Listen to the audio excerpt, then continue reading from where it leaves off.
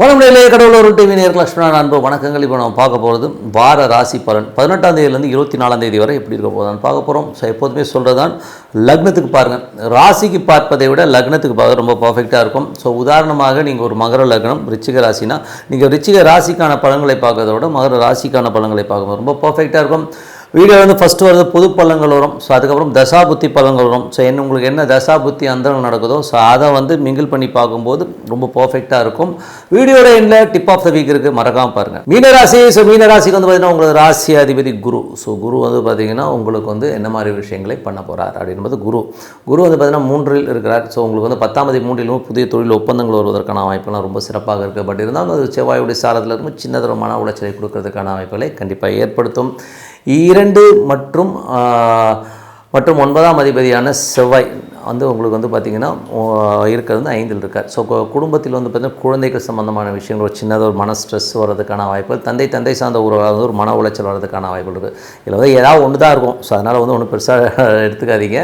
ஏதாவது ஒரு விஷயங்கள் அது மாதிரி பிரயாணங்கள் கொஞ்சம் கவனமாக இருக்கின்ற ஒரு காலகட்டங்க. கொஞ்சம் பார்த்து பிரயாணம் பண்ணணும். அது வெளிநாடோ போகும்போது கொஞ்சம் டிஸ்கம்ஃபர்ட்டாக ஃபீல் பண்ணுவீங்க, அதை பார்த்துக்குங்க. ஸோ 3 8ஆம் அதிபதியான சுக்கிரன். ஸோ 3 8ஆம் அதிபதி சுக்கிரன் 10இல் இருக்கும்போது தொழில் ரீதியான விஷயங்கள் ரொம்ப கவனம் தேவை. ஏதாச்சும் சின்ன அவமானங்கள் தொழில் ரீதியான விஷயங்கள் நடப்பதற்கான வாய்ப்புகளும் ரொம்ப கவனமாக இருக்கணும். தொழிலில் புதிய ஒப்பந்தங்களோ புதிய தொழிலோ ஏதாவது வருதுன்னா கொஞ்சம் யோசிச்சு எடுங்க. கொஞ்சம் பார்த்து எடுக்கிறது ரொம்ப நல்லது. மற்றபடி உங்களுக்கு 4 மற்றும் 7ஆம் அதிபதியான புதன் பார்த்திங்கன்னா உங்களுக்கு 9இல் இருக்கார். ஸோ நல்ல விஷயங்கள் தான். ஒரு கேந்திராதிபதி திரிகோணத்தில் இருப்பதனால் ஒரு நல்ல யோகங்கள் நல்ல விஷயங்கள் நடப்பதற்கான வாய்ப்பு ரொம்ப சிறப்பாக இருக்குது. அதுவும் வேலை சம்மந்தமான விஷயங்கள் நல்ல ஏற்றங்கள் நல்ல லாபங்கள் வரதுக்கான வாய்ப்பு ரொம்ப சிறப்பாக இருக்குது. 5ஆம் அதிபதியில் பார்த்திங்கன்னா செவ்வாய் இருக்கும்போது குழந்தைகளால் ஒரு மனக்கலக்கங்களோ மனக்காயங்களோ ஏற்படுறதுக்கான வாய்ப்புகளும் ரொம்ப கவனமாக இருக்கணும். 6ஆம் அதிபதியான சூரியன் 9இல் இருக்கும்போது வேலை சம்மந்தமான விஷயம் நிறைய பிரயாணங்கள் மேற்கொள்வது, வெளிநாடு வெளி மாநிலங்கள் ட்ராவல் பண்ணுற மாதிரி விஷயங்களை கண்டிப்பாக கொடுத்துருங்க. தந்தையுடைய உடல்நலம் சார்ந்த விஷயங்களை கொஞ்சம் கவனமாக இருக்கணுங்க. ஸோ அதுக்கப்புறம் உங்களுக்கு 7ஆம் அதிபதியான புதன் 7ஆம் அதிபதியான புதன் 9இல் இருக்கும்போது கணவன் மனைவி கொஞ்சம் பிரயாணம் பண்ணுற மாதிரி விஷயங்களை நிறைய கொடுக்கும். ஸோ அதனால் அப்படி இப்படி போயிட்டு வர மாதிரி விஷயங்களை கண்டிப்பாக கொடுத்துரும். 10ஆம் அதிபதியான குரு 3இல் இருக்கும்போது புதிய தொழில் ஒப்பந்தங்கள் மூலியமாக பெரிய வளர்ச்சி வருவதற்கான வாய்ப்புலாம் ரொம்ப நல்லா இருக்குது. 11ஆம் அதிபதியான சனி 12இல் இருக்கும்போது நிறைய பிரயாணங்கள். ஸோ அது மட்டும் இல்லாமல் பார்த்திங்கன்னா மூத்த சகோதர சார்ந்த விஷயங்களுக்காக கொஞ்சம் பிரயாணம் பண்ணுறது, அப்பா மூத்த சகோதரை பார்க்குறது, இந்த மாதிரி விஷயங்களை கண்டிப்பாக ஏற்படுத்துங்க. ஸோ இப்போ இதுவரை பார்த்தது பொது பலன்கள். இப்போ பார்க்க போகிறோம் தசாபுத்தி பலன்கள் எப்படி இருக்குன்னு பார்ப்போம். மீன லக்னமாக இருந்து சூரிய தசாபுத்தி அந்த நடக்கும். சூரியன் பார்த்திங்கன்னா 6ஆம் அதிபதியாக இருந்து 9இல் இருக்கும்போது வேலை சம்பந்தமான விஷயம் நிறைய பிரயாணங்கள் பண்ணுறது, வெளிநாடு வெளி மாநிலங்கள் போகிறதுக்கான வாய்ப்புகளை நிறைய ஏற்படுத்தும். மீன லக்னமாக இருந்து சந்திர தசாபுத்தி சந்திரன் சிறப்பான பலன்கள் நல்ல ஏற்றங்கள் நல்ல லாபங்கள் வருவதற்கான வாய்ப்பு ரொம்ப சிறப்பாக இருக்குது. மீன லக்னமாக இருந்து செவ்வாய் தசாபுத்தி செவ்வாய் 5இல் இருக்கும்போது குழந்தைகளால் ஒரு மனக்கலக்கங்கள் பூர்வீகம் சம்பந்தமான விஷயங்கள் ஒரு மனக்கலக்கங்கள் ஏற்படுவதற்கான வாய்ப்புகள் ரொம்ப கவனமாக இருக்கணும். மீன லக்னமாக இருந்து ராகு தசாபுத்தினா ராகு ராசியிலே இருந்து சனியுடைய நட்சத்திர பரிவர்த்தனையில் இருக்கும்பொழுது இனம் தெரியாமல் யாருக்கும் தெரியாமல் கொஞ்சம் செலவு பண்ணிப்பீங்க. ஸோ ரகசிய செலவுகள் ஏற்படுவதற்கான வாய்ப்புகளை நிறைய ஏற்படுத்தும். மீன லக்னமாக இருந்து புதன் தசாபுத்தி புதன் பார்த்திங்கன்னா உங்களுக்கு 9இல் இருக்கார். ஸோ 4 7ஆம் அதிபதி 9 சிறப்பான யோகம் நல்ல ஏற்றங்கள் வருவதற்கான வாய்ப்பு. தாயார் நிலபுலன்கள் சார்ந்த விஷயங்கள் மனைவி சார்ந்த விஷயங்கள் நல்ல சிறப்பான பலன்களை கண்டிப்பாக கொடுத்துருங்க. ரொம்ப சிறப்பான ஒரு விஷயமாக தான் இருக்குது. மீன லக்னமாக இருந்து கேது தசாபுத்தி கேது பார்த்திங்கன்னா உங்களுக்கு 7ஆம் அதிபதியாக இருந்து அது சூரியனுடைய ஸ்தானத்தில் போகும்போது கணவன் மனைவிக்கினோட சின்னதாக ஒரு மனக்காயங்களோ ஒரு அண்டர்ஸ்டாண்டிங் இல்லாமல் போகிறதுக்கான வாய்ப்பு ரொம்ப கவனமாக இருக்கணும். ஸோ அதனால் கொஞ்சம் பார்த்துக்கணும். சில நேரங்களில் என்ன ஆகும்னா மனைவி ஒரு ஊரில் கணவன் ஒரு ஊரில் போகிற மாதிரியான விஷயங்களை கண்டிப்பாக ஏற்படுத்துறதுக்கான வாய்ப்பும் நிறைய இருக்குது.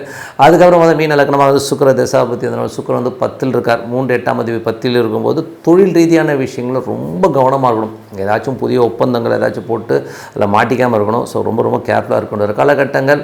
ஸோ என்னை பொறுத்தவரை நல்ல ஒரு விஷயம் ஒரு பிரார்த்தனை அவசியம். மனதார இறைவனை பிரார்த்தனை கண்டிப்பாக அடுத்த லெவல் போகிறதுக்கான வாய்ப்பு ரொம்ப சிறப்பாக இருக்குது. ஸோ கண்டிப்பாக பிரார்த்தனை அடுத்த லெவல் போங்க. இப்போ பார்க்க போகிறது டிப் ஆஃப் த வீக் பணம். ஸோ எல்லோருமே பார்த்திங்கன்னா மேஜராக அலையிறதே பணம் தான். ஏன்னா மேஜராக பார்க்க வர முக்கால்வாசி கிளைண்ட்ஸ் பார்த்துட்டாலும் சார் எப்போ சார் பணம் ரொம்ப டைட்டாக இருக்குது சார்னு சொல்கிறதும். ஸோ கடன்கள் ஐயோ ஏகப்பட்ட கடன் இருக்குது சார் ஒன்றுமே புரியல சார் அப்படின்னு சொல்லிட்டு அல்லல் படுறதையும் நம்ம டே டு டே லைஃப்பில் பார்க்குறோம். நிறைய பேர் பார்த்திங்கன்னா நம்ம இந்தியாவிலே பார்த்திங்கன்னா எப்படியும் ஒரு 60-65% ஒரு கடன் சம்மந்தமான விஷயங்கள் உழல்றதை நம்ம பார்க்குறோம். ஸோ இதுக்கு எல்லாமே முக்கிய காரணம் பணம்ங்கிற ஒரு விஷயந்தான். ஸோ பணம் என்ன பண்ணோம், பணம் எப்படிலாம் பண்ணணுங்கிறதுக்கான வழி என்னங்கிறது தான் சொல்ல போகிறோம். ஃபஸ்ட்டு என்ன வழினா என்னை பொறுத்தவரை சைக்காலஜி ஆஃப் இந்த ஒரு புக் ஒன்று படித்தேன், ஓகேங்களா, மணி, சைக்காலஜி ஆஃப் மணின்னு ஒரு புக்கு. ஸோ அந்த இதில் வந்து ஒரு டிப்பு கொடுத்துறேன். அதுக்கப்புறம் வந்து ஆன்மீக ரீதியான ஒரு டிப்பும் கொடுத்துறேங்க. ஃபஸ்ட்டு ரீதியான விஷயங்கள் வந்து சைக்காலஜி ஆஃப் மணியில் வந்து சொன்ன ஒரு விஷயம் வந்து எனக்கு ரொம்ப யூஸ்ஃபுல்லாக இருந்தது. அது எப்படின்னா, அவங்க என்ன சொல்கிறாங்கன்னா, பணத்தை வந்து ஒரே இடத்துல வைக்காமல் நீங்கள் ஸ்கேட்டர்டாக போனீங்கன்னா நீங்கள் உழைக்காமல் பணம் உங்களை உழைச்சி கொடுக்குங்கிறது ஒரு விஷயத்த சொன்னாங்க. பட் அது என் லைஃப்பில் நான் அப்ளை பண்ணதில் வந்து எனக்கு ரொம்ப யூஸ்ஃபுல்லாக இருந்தது. எனக்கு தெரிஞ்ச ஒருத்தர் வந்து என்கிட்ட வந்து ஒரு மோர் தென் ஒரு 30 இயர்ஸ் பிஃபோர் என்னை வந்து மீட் பண்ணும்போது அவர் சொன்ன ஒரு விஷயம் தான்.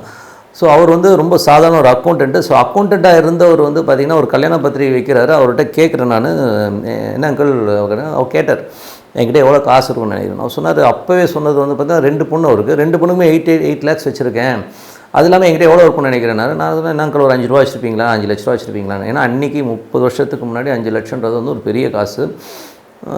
இல்லைப்பா நான் ஒரு 25 லட்சம் வச்சுருக்கேன்னு சொல்லி அப்போயே சொன்னார். அப்போயே எனக்கு ரொம்ப பிரமிப்பு. ஸோ அவர் தான் வந்து எனக்கு வந்து ஒரு காட்ஃபாதர் மாதிரி. ஸோ அவருக்கு அதுக்கப்புறம் வந்து நிறைய லோன்ஸ்லாம் வாங்கி நான் சின்னதாக வந்து ஒரு இன்வெஸ்ட்மெண்ட்ஸ் வந்து ரியல் எஸ்டேட் இந்த மாதிரி விஷயங்களில் பண்ணும்போது அது வந்து ஃப்யூச்சரில் வந்து ஒரு பெரிய பலமாக இருக்கிறது வந்து உண்மையான விஷயம். ஸோ அதனால் வந்து நம்ம வந்து ஃப்யூச்சர் பிளான் பண்ணும்போது நிறைய பேர் வந்து பார்த்திங்கன்னா ஷேர் மார்க்கெட்டில் வந்து போட்டால் காசு வரும்னு சொல்லிட்டு விட்டுறாங்க. ஏன்னா என்றைக்குமே ஒரு வெளி கம்பெனி, ஒரு வெளியில் இருக்க ஒரு கம்பெனி வந்து நமக்கு லாபம் நீட்டி கொடுக்குங்கிறது வந்து ஒரு தப்பான கான்செப்ட்டு.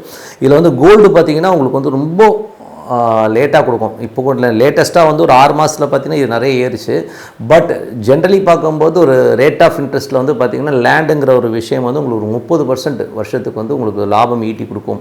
அது எப்படி ஈட்டி கொடுக்கும்னா, ஒரு 1 லட்சம் போடுறீங்கன்னா அடுத்த வருஷம் வந்து 1,30,000, அதுக்கு அடுத்த வருஷம் 1,30,000 வந்து இன்னொரு 30%. ஸோ அந்த மாதிரி ஏறிட்டு போகும். பட் இது இமீடியட்டாக நடக்குமானா இமீடியட்டாக நடக்காது. ஒரு டைம், அதாவது எப்படின்னா ஒரு 5 years டைமில் வந்து இந்த பர்சன்டேஜ் கண்டிப்பாக ஒர்க் அவுட் ஆகும். இது வந்து நீங்கள் உழைக்காமலே வந்து உங்களுக்கு பணம் வந்து பல கோடிகளாக வரதை வந்து நீங்கள் கண்டிப்பாக வந்து லேண்டில் பார்க்கலாம். ஸோ லேண்ட் வச்சுருக்கவங்க மட்டும் இல்லை, உங்களுக்கு ப்ராக்டிக்கலாக நீங்கள் பார்த்தீங்களான்னு தெரியும். நீங்கள் வாழ்ந்த ஏரியாலே வந்து ஒரு லேண்ட் வந்து ஒரு 10 வருஷத்துக்கு முன்னாடி என்ன ரேட் இருந்தது, இப்போ என்ன ரேட்டு போகுதுன்னு நம்பது எனக்கு தெரியும். ஸோ அதனால் வந்து மிடில் கிளாஸில் இருக்கவங்க, கஷ்டப்படுறவங்க, பெண் குழந்தைகள் வச்சுருக்கவங்களாம் வந்து என்ன பண்ணலான்னா, சின்னதாக வந்து ஒரு ப்ராப்பர்ட்டி எங்கேனாச்சும் ஒரு, ஏன்னா சிட்டி லிமிட்லேருந்து ஒரு 10 கிலோமீட்டர் தாண்டி வாங்கலாம், ஒன்றும் தப்பு கிடையாது. அது பெரிய ஒரு பூம் ஆகும். அது ஃப்யூச்சரில் வந்து உங்களுக்கு க்ரிப்பாகவும் இருக்குங்கிறது தான் உண்மையான விஷயம். இது வந்து tip number 1. So tip number 2 என்னென்னா, ஆன்மீகத்தில் வந்து பணம் வரணும்னா என்ன பண்ணலாம் அப்படிங்கிற ஒரு விஷயத்தை சொல்லுவோம். ஸோ அதில் வந்து பார்த்திங்கன்னா கிராம்பு. ஸோ கிராம்புங்கிறது ஒரு மெயினான ஒரு ரோல் ப்ளே பண்ணும். ஸோ அது வந்து பூஜை அறையில் வந்து கிராம்பு வச்சு பூஜை பண்ணுறது வந்து மகாலட்சுமி வந்து அங்கே வந்து ஆவாகனம் பண்ணுற மாதிரி ஒரு விஷயங்களை கண்டிப்பாக ஏற்படுத்தும். கிராம்பும் ஏலக்காயும் வச்சு நீங்கள் பூஜை பண்ணும்போது அந்த இடத்துல வந்து மகாலட்சுமி குடியிருப்பாங்க. அது மட்டும் இல்லாமல் வந்து நீங்கள் கிராம்பை வந்து வாயில் போட்டுட்டு ஓரமாக ஒதுக்கிட்டு ஒரு முக்கியமான டீலோ ஒரு பொருளாதார சம்பந்தமான விஷயங்களை பேசும்போது அங்கே வந்து அந்த இது வந்து வெற்றிகரமாக நடக்கும். அது மட்டும் இல்லாமல் அது பெரும் பணம் தருவதற்கான வாய்ப்புகளை கண்டிப்பாக ஏற்படுத்துங்க. ஸோ அது வந்து ரொம்ப சூப்பராக இருக்கும்.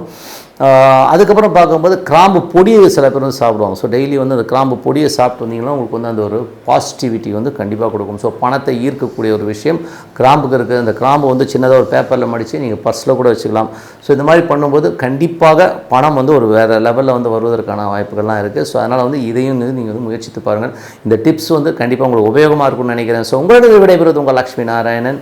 நன்றி, வணக்கம். கடவுள் அருள் டிவியை பார்த்தமைக்கு நன்றிகள். மேலும் இது போன்ற தகவல்களை தெரிந்து கொள்ள கடவுள் அருள் டிவியை சப்ஸ்கிரைப் செய்யுங்கள். மறக்காமல் பெல் ஐக்கானை கிளிக் செய்யுங்கள்.